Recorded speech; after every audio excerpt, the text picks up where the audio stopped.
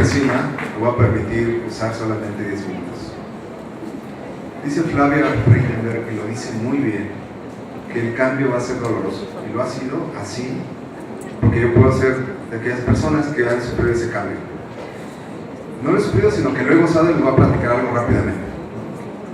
Dice Boaventura de Sousa que uno de los grandes males que ha inyectado América Latina es el mal del miedo, el miedo al cambio. Y dice también Boaventura de Sousa que un antídoto para cambiar es infundirle miedo a los que nos infunden miedo, ¿verdad? Dominado ideológica y económicamente por potencias mundiales, no ha hecho más que aberrar a veces acríticamente algunas teorías exportadas, sin hacer la consecuente tropicalización o ajuste a las realidades regionales. Para mí será muy difícil hablar del impacto de las políticas de la paridad de género en el ámbito político y social, porque cuesta mucho trabajo tener estudios empíricos al respecto. Pero sí les quiero platicar 3 breves historias en las que voy a enlazar algunos elementos conceptuales. Primera, llegamos al Tribunal Electoral del Estado de Querétaro el 7 de octubre del 2014. 2 hombres, 2 mujeres y un hombre. 2 mujeres y un hombre. Y eso, la verdad, sí que genera un cambio. Yo venía de sala superior en la que la maestra, María del Carmen Alamí, nos había hecho el favor de enseñarnos lo que era la alternancia de género. El primer asunto que tuvo el Tribunal Electoral con un tema así, en el que me enseñó cómo deberían de abordarse estos temas, eran de 2 magistrados que integraban un pleno y había una sola magistrada. Y resulta que los magistrados, cada vez que había necesidad de cambiar de presidente, se ponían de acuerdo para quedar entre ellos. Eso era alternancia, pero no era igualitario, ¿verdad? Había uno y uno, cada quien se iba tomando el puesto. La magistrada siempre quedaba relegada y nunca llegaba a ser presidenta. Y entonces este asunto se judicializa y se va a los tribunales. Qué bueno que se han judicializado algunos asuntos. Qué bueno que haya activismo judicial. Ojalá y hubiera más activismo judicial en muchas otras áreas. Ahorita les voy a platicar un caso de la Suprema Corte de Justicia de la Nación. Y entonces yo había aprendido eso y dije, ojalá y no me hagan lo mismo las magistradas, ¿verdad? No van a dejar llegar a ser presidente. Pero ¿qué creen? Somos tal vez una generación distinta. Somos una generación que está en proceso de conversión. Y cuando nos preguntamos quién debería de presidir el tribunal, no nos preguntamos si era hombre o mujer. Nos preguntamos quién era la mejor persona. Punto. Esa es la primera experiencia. Durante el proceso electoral del 2014-2015, el tribunal tuvo uno de los asuntos, un macroasunto, el más importante tal vez, de los últimos tiempos en materia político-electoral. No es un asunto que nosotros hayamos elegido. Es un asunto que, como en otras entidades del país, llegó al tribunal, en el que la sociedad civil organizada, junto con algunos partidos, no todos, no incluían los partidos mayoritarios, exigían la paridad de género en la postulación de candidaturas. Yo no he entendido cómo funcionan todavía los partidos políticos. Fíjense ustedes, yo no veo aquí ningún presidente de partido político. Yo creo, Flavia, que tenemos que seguir haciendo foros. Hay que hacer muchos. Porque a pesar de que en algún momento las personas que están aquí podrían llegar a ser presidentas de partidos políticos o presidentes, lo cierto es que los que ya están también necesitan ser sensibilizados. Quiero pensar que estudian por su cuenta, que ellos ya lo saben todo. Quiero pensar que esto es así. Si esto es así, entonces me retracto y nosotros discutamos entre nosotros y nosotras, y que ellos, pues ya lo saben todo, pues sigan tomando sus decisiones con esa sapiencia y omnisciencia de que lo saben todo, ¿no? ¿Cómo vamos a llegar a ese público que todavía se resiste al cambio? ¿Por qué tenemos tanto miedo al cambio? ¿Por qué las propias autoridades y los propios políticos seguimos poniéndole obstáculos a la igualdad? Esto es incomprensible. Dice Flavia que siempre llegamos tarde a las discusiones y la verdad es que sí.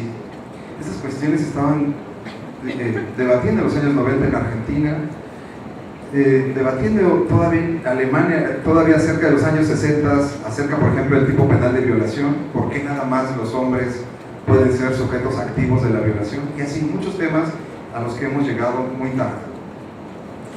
La otra historia es que Como no entiendo cómo funcionaban los partidos políticos, habría que explicarles cosas tan básicas, por ejemplo esto de la postulación del sistema de cremalleras.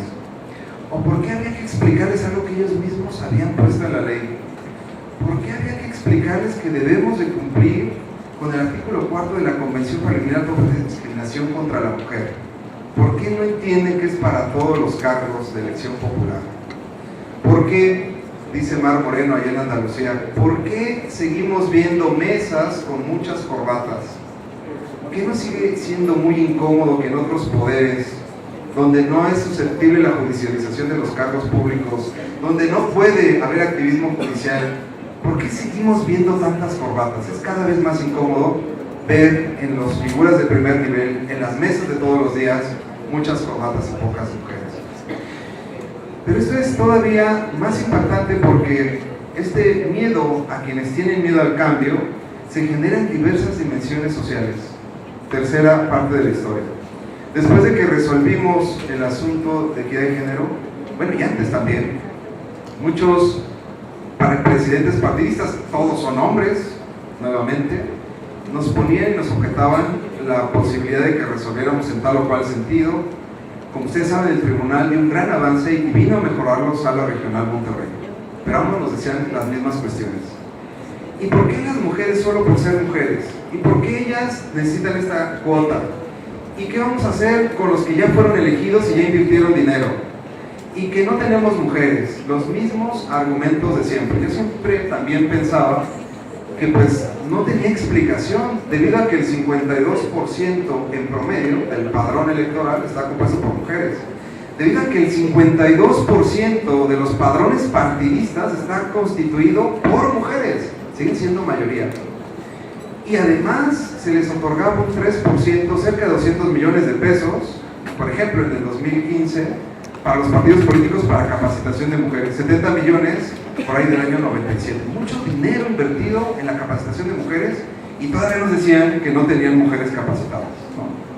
Luego el problema es que las feministas, las que conocen el tema, no llegan a ser candidatas, llegan otras que tal vez tienen que convertirse después en feministas, ¿no? Igual pasa con los magistrados, a veces llegan magistrados que luego damos conferencias nomás por ser magistrados. No sabemos nada, pero por el simple hecho de tener nombramiento ya somos buenos.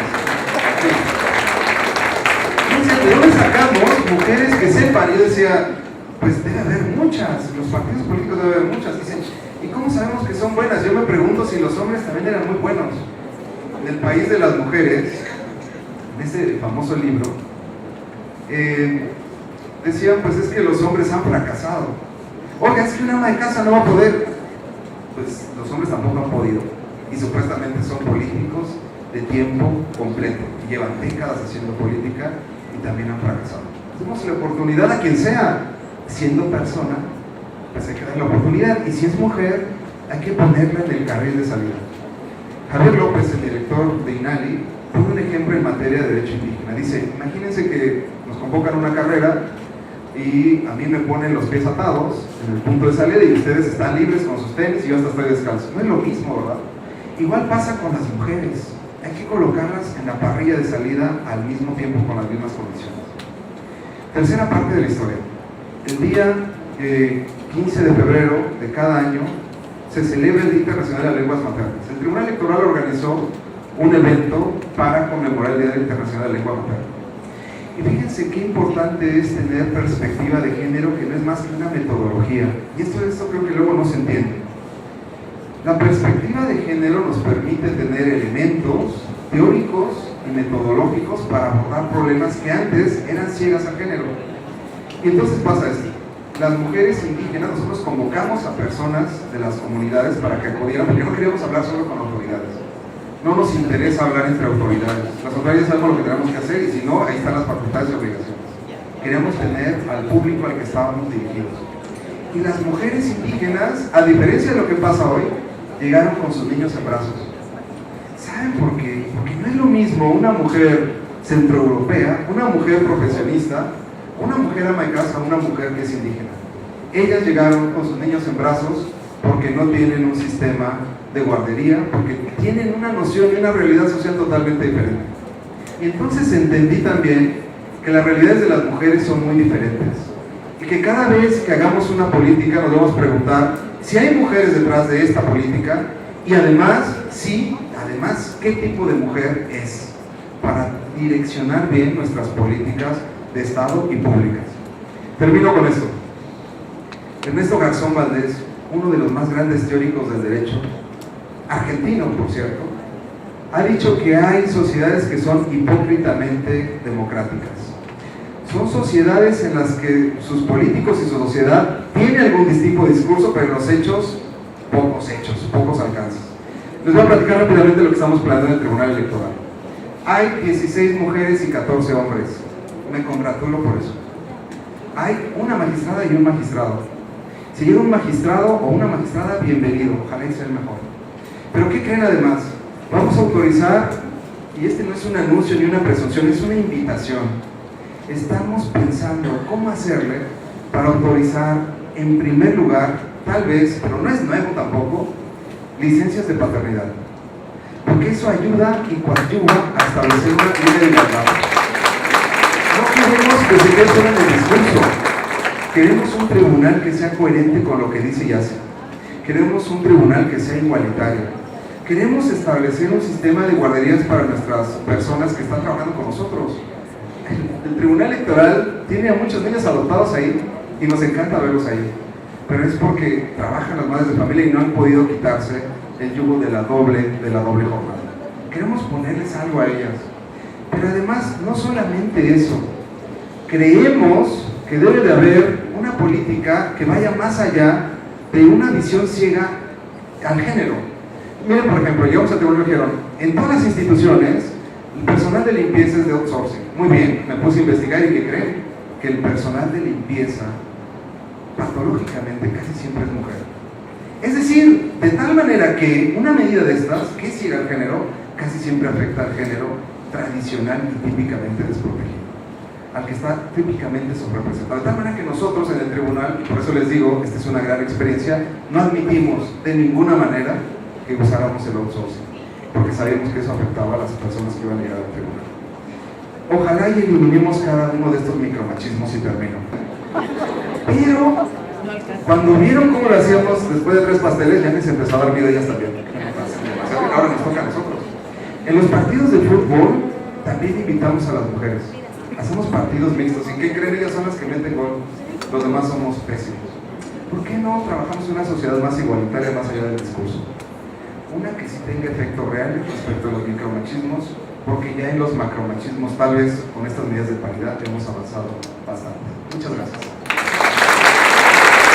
De casi todas las regidurías, más allá de Ezequiel Montes, es que no había criterios claros de sala superior, y me parece que todavía no los hay, acerca de cómo conseguir esto que ellos llaman paridad correctiva. Hay 2 criterios de sala superior que han generado mucho problema, es decir, por un lado la paridad que le llama preventiva y por otro lado la paridad correctiva. Paridad preventiva es postular en las listas de candidatos listas paritarias para el tema de regidores. La verdad es que como esta era una regla un poco novedosa, todos los tribunales del país hicimos un verdadero desastre en el tema de los criterios de paridad correctiva. No fue el único de Querétaro. Yo sí creo que es una área de oportunidad. Cada asunto, cada tribunal fue resolviendo conforme a sus propios criterios y cada sala regional, también hay que decirlo, hacía criterios y emitía criterios que eran de verdad muy confusos. Eso le pasa también a línea cada rato y se han quejado bastante, ¿no? Nosotros también como tribunales locales nos quejamos mucho porque no hay parámetros que seguir, no hay forma de darle seguimiento, de establecer cuál es la regla para hacer la corrección en las listas. Yo, por ejemplo, sostuve un voto particular sistemáticamente en todos los asuntos, incluyendo el de Ezequiel Montes, en el que yo decía que, por ejemplo, fíjense nada más, que la corrección no operaba respecto de candidaturas independientes. Es decir, si faltaban mujeres, no era oponible a las candidaturas independientes, porque quienes tradicionalmente, según mi argumento, han provocado la subrepresentación de las mujeres son los partidos políticos, no las candidaturas independientes, estas apenas acaban de llegar. Entonces yo no le podía poner una carga social tan grande a las candidaturas independientes como para compensar esta desigualdad. Pero además, la otra cuestión era a quién se le quitaba el hombre o la mujer de los partidos que estaban en las listas de representación proporcional. Al partido que había obtenido la menor votación, un castigo a la falta de representatividad, o bien se le podía cargar a aquel partido que estaba en el primer lugar de la votación. Este era un hecho muy complejo. Yo opté por siempre sistemáticamente considerar, y eso debe estar en mi voto particular, que debería de sancionarse políticamente aquel partido que obtuvo muy pocos votos. Obviamente estos temas llegaron a Sala Regional, y Sala Regional Monterrey emitió un criterio en el que la verdad no lo entendí, y ya se lo he dicho a mis compañeros de Sala Regional, en algunos casos confirman, en otros casos revocó, y Sala Superior tampoco ha definido con claridad qué vamos a hacer con eso. Esa es una gran área de oportunidad. Tal vez, sumo esto a las 8 tareas que nos dejó Flavia, la número 9 es establecer reglas claras de equidad y de paridad en listas correctivas, porque si no vamos a seguir batallando con este tema, y los que cargamos con el déficit de reglamentación somos los tribunales, ¿no? Y no las leyes que de verdad están para ayudar. Y entonces, pues sí, el tribunal de hecho va a organizar un foro en el que vamos a someter a observación también nuestras sentencias, y vamos a incluir a Ezequiel Montes. No tenemos temas tabú, no tenemos ningún problema en analizar las sentencias con quienes consideren que podemos mejorarlas. Gracias.